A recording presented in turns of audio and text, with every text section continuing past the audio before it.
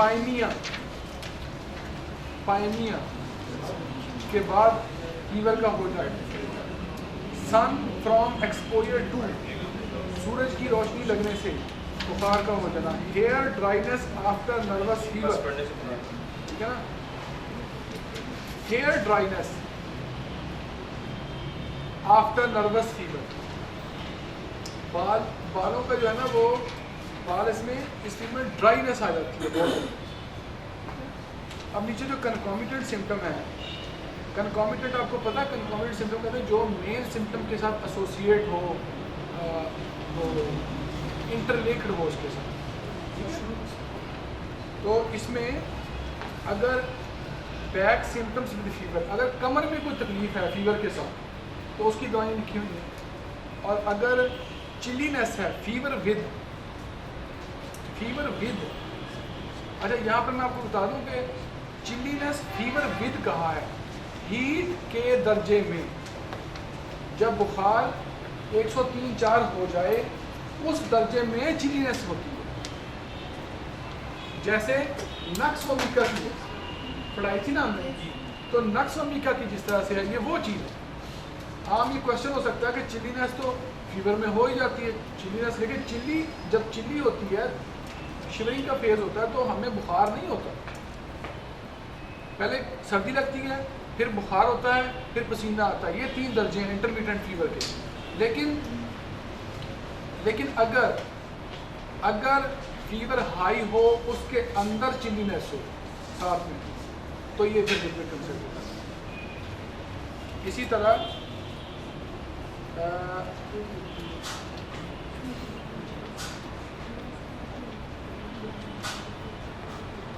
Chills with fever, ये भी उसी तरह की रूब्रिक है। कोल्डनेस एक्सटर्नल विद, बाहर से जिस्म ठंडा है और मरीज को बुखार है। इमेसिएशन विद हेक्टिक फीवर, अगर इमेसिएशन हो गई है, बहुत ज़्यादा कमज़ोरी हो गई है, ठीक है। हेक्टिक फीवर दग का बुखार होता है मेरे ख्याल में, दग का बुखार कहते हैं उसको। बहुत ज़्यादा पसीने भी आते हैं रात को कमज़ोरी की वजह से, तो ये उस फीवर में। एपिगैस्ट्रियम हीट है, यहाँ एपिगैस्ट्रिक रीजन में हीट होती है।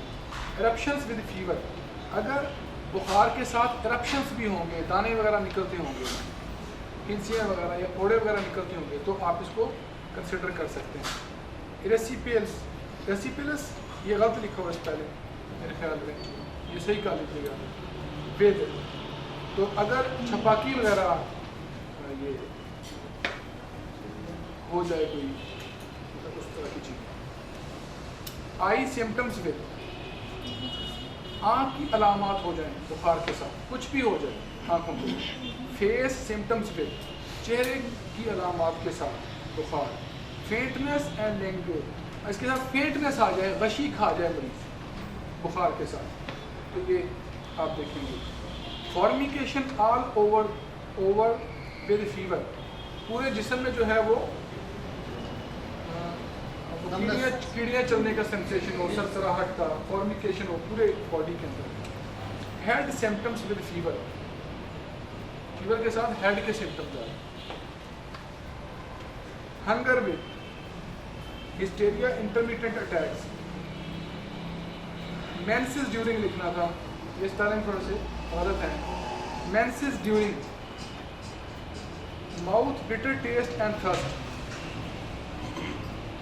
Nausea with, nervous symptoms such as starting jerking, मतलब वो जर्क शुरू हो जाते हैं। Palpitation with, perspiration with fever, restlessness with fever, shivering with fever, shuddering with fever, skin alternately cold and clammy and hot and burning. ये alternately skin जो है वो cold होती है और burning होती है. Stomach symptoms with, teeth with pain in, मतलब दांतों में कोई तकलीफ होती है उनको. Thirst with, ulcers with, vertigo commencing with, vertigo से ये फीवर भी स्टार्ट हो जाता है वर्टिगो के साथ. Weakness during fever, weakness during fever, yawning, ये स्पेलिंग सही नहीं है, yawning, dispose to yawn and stretch, तो मरीज़ को जो है वो जमाइयाँ आती हैं और वो यूँ स्ट्रेच करता है अपनी बॉडी को पीछे की तरफ। आगे ये भी आपकी चीज़ें पढ़ने वाली इन्फेक्शंस लिख दी हैं, वो पीछे ग्लॉसी में मौजूद है, मोडालिटीज़ आप पढ़ लेंगे। तो ये सिर्फ आपको पैटर्न प्रोवाइड करना था मेरा मकसद। अच्छा, दूसरा आपसे बात करनी थी कि जिस तरह से मैंने पहले आपसे गुजारिश की थी कि फिज़िकल सिम्टम्स अकेले आप ले लें तब भी हम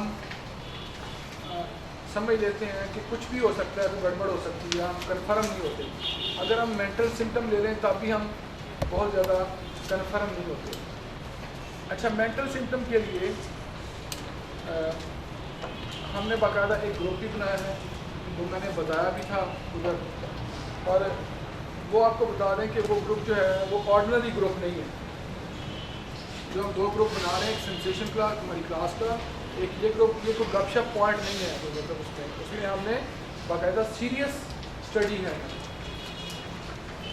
तो उसमें से कुछ चीज़ें, ताकि आपको पता हो कि वो किस किस्म की हम उसमें काम करने जा रहे हैं।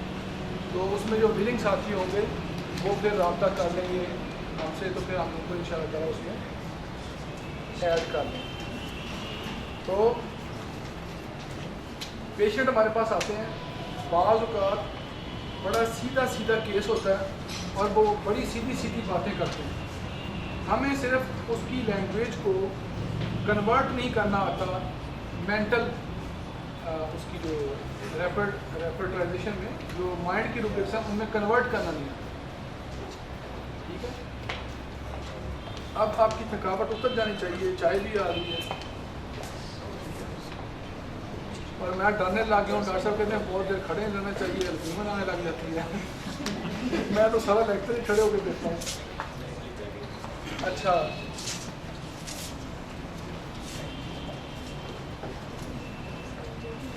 एक मरीज़ है जो आके आपको ये कहता है कि डॉक्टर साहब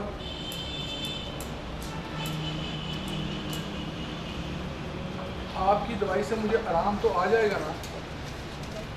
तो आप कहते हैं हाँ आ जाएगा, देख लें कि ऐसा ना हो मैं इतने पैसे भी लगाऊं और आराम भी कोई ना आए। इसकी रूब्रिक क्या हो आपके ख्याल में?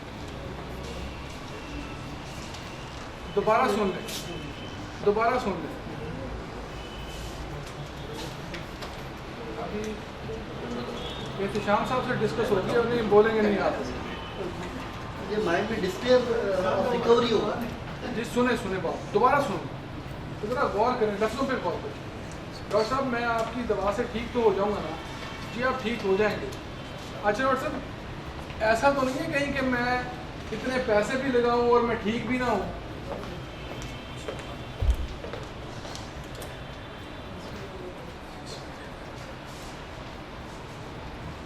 अगर आपको इस तरह की लैंग्वेज कन्वर्ट करनी आ गई ना, तो हो सकता है आप सेंसेशन से भाग जाए, आपके हम यही करते हैं। मतलब नहीं, मैं वैसे मजाक में बात कर रहा हूँ कि इतना मज़ेदार नहीं। देखिए पेशेंट हमें सब कुछ बता रहा होता है और उसकी बात को हम कन्वर्ट कर सकते हैं, ये बात कन्वर्ट करने वाली है।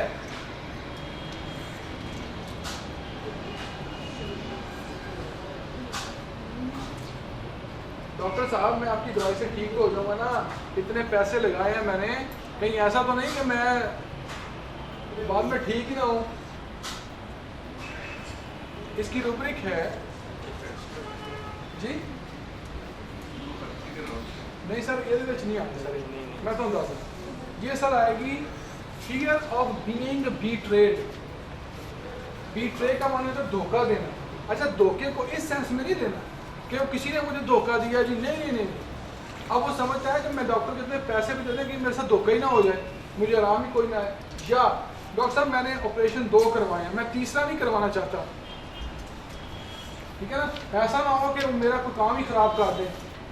पिछला भी ऑपरेशन हुआ था वो मेरे ख़राब हो गए थे, ऐसा ना हो कि तीसरा ऑपरेशन हो तो मेरा कोई और ही काम ख़राब कर दे। ये भी फियर बीइंग बीट्रेड, फियर बीइंग बीट्रेड।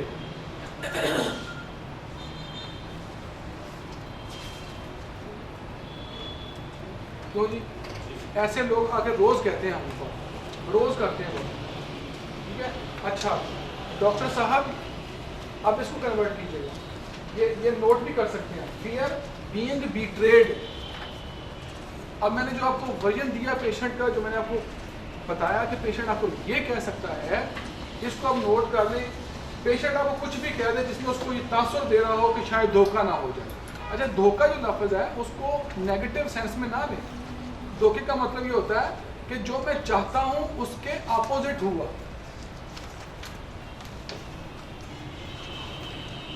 क्यों जी? जो मैं चाहता हूं उसके अपोजिट हुआ, ठीक है। मैं जो चाहता था कि मेरे प्रोस्टेट ग्लैंड जो है डॉक्टर साहब वो ऑपरेट होकर ठीक हो जाएंगे, बोल मुझे तो उन्होंने कैंसिल कर दिया। अब मैं नहीं उधर जाना चाहता। अच्छा एक तो ये बात होगी फियर बीइंग बीट्रेड। एक बंदा आता है फर्स्ट डॉक्टर साहब मैं ऑपरेशन नहीं कराना चाहता, मैं इधर आ गया होम्योपैथी की तरफ। तो आप कहें क्यों आप होम्योपैथी की तरफ आए, आपने ऑपरेशन क्यों नहीं कराया? तो डॉक्टर साहब मैं डरता हूँ कि कहीं कुछ गड़बड़ ना हो जाए। मैंने जिनको देखा है, जिन लोगों के ऑपरेशन हुए हैं, मैंने सुना है कि किसी को कैंसर हो गया, किसी को ये हो गया। इस यहाँ पर है fear of being injured, fear of being injured, ठीक है। और वो एलोपैथिक तरीका इलाज जो है वो छोड़ करके आपकी तरफ आ गए हैं, ठीक है। इसकी रूब्रिक है एस्केप अटेम्प्ट टू, मतलब वहां से राह फरार अख्तियार की और वो आपकी तरफ आ गए। बात को फॉलो करेंगे डॉक्टर साहब की तरफ, एस्केप अटेम्प्ट टू। अच्छा ये जो चंद रूब्रिक्स आपको बता रहा हूँ, ये आपको आपकी प्रैक्टिस में बहुत ज़्यादा फ़ायदा देने वाली हैं और ये बहुत ज़्यादा टाइम नहीं लेंगे। इसी हफ्ते में पेशेंट आ जाएंगे ये बातें करने में इंशाल्लाह। तो ये इंजरी का मतलब ये नहीं होता कि मुझे कोई ज़ख्म दिया जाए। इंजरी आपके दिमाग में ही बैठी हो सकती है, ये नहीं कि मुझे कोई हिट करेगा, मुझे इंजर करेगा, फिर आप इस रूब्रिक को लेंगे, नहीं। डॉक्टर साहब समझ रहे बात में? तो एक मरीज कहता है कि डॉक्टर साहब मैं होम्योपैथी का इलाज इसलिए चुना है कि ये मर्ज़ को जड़ से ख़त्म कर देती है। मैं अपने इलाज मर्ज़ का परमानेंट सोल्यूशन चाहता हूँ, परमानेंट सोल्यूशन चाहता हूँ। आपके पास माइंड में रूब्रिक है kill desire to, kill desire to. ये वो वाला किल नहीं है, ये वो वाला किल नहीं, किल डिज़ायर टू सिरे से ख़त्म कर दो, सिरे से ख़त्म कर दो।